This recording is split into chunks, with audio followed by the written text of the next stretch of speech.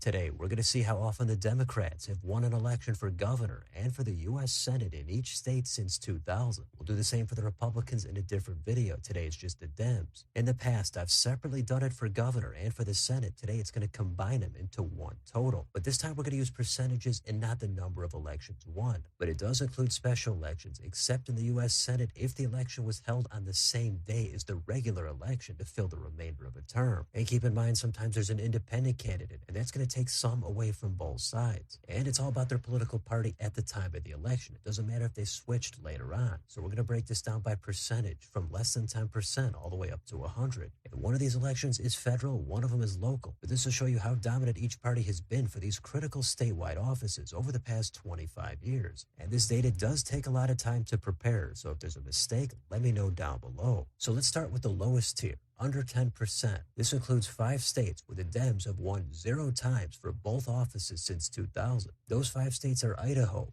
Mississippi, South Carolina, Texas, and Utah. Just a little bit up from that, we've got Alabama and Alaska. Now we'll go up to 10%. We've got 6 states. It's Indiana, Nebraska, Oklahoma, Wyoming, South Dakota, and Tennessee.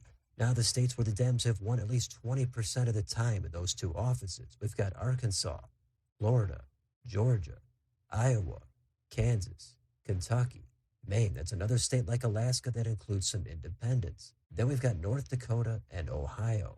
Up to the next tier, at least 30%. We've got 3 states. It's Louisiana, Missouri, and Vermont. Again, another state with some independent wins. In the next tier, at least 40%. It's Arizona, North Carolina, and out west, we've got Nevada. After that, having success at least half the time, 50%, we've got Montana, New Hampshire, and Pennsylvania. Up one more tier, at least 60%, just one state, it's Wisconsin. Then 70% or more, 4 more states, it's Colorado, Massachusetts, Rhode Island, and a super red state this time, it's West Virginia. Now up to the 80% tier, we've got a bunch of states, it's California, Connecticut, Hawaii, Illinois, Maryland, Michigan, Minnesota, New Mexico, New Jersey, and Virginia.